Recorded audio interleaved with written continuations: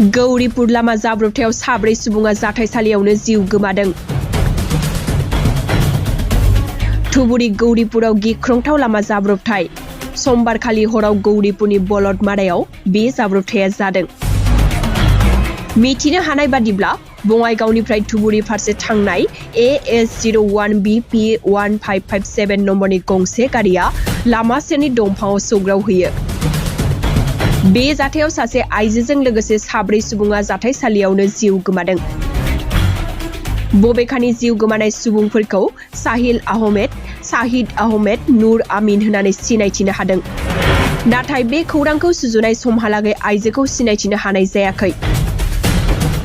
Report बादिब्ला साहिल आरो साहिदुरनि न'आ धुबुरी बिद्धापारायाव आरो नुर आमिननि न'आ धुबुरी BOCआव। गौरीपुर लामा जाब्रबथायाव साब्रै सुबुङा जाथायसालियावनो जिउ गोमादों। धुबुरी गौरीपुराव गिख्रंथाव लामा जाब्रबथाय। समबारखालि हराव गौरीपुरनि बलदमारायाव बे जाब्रबथाया जादों। मिथिनो हानाय बादिब्ला बङाइगावनिफ्राय धुबुरी फारसे थांनाय AS01BP1557 नम्बरनि गंसे गारिया लामा सेरनि दंफाङाव सौग्रावहैयो।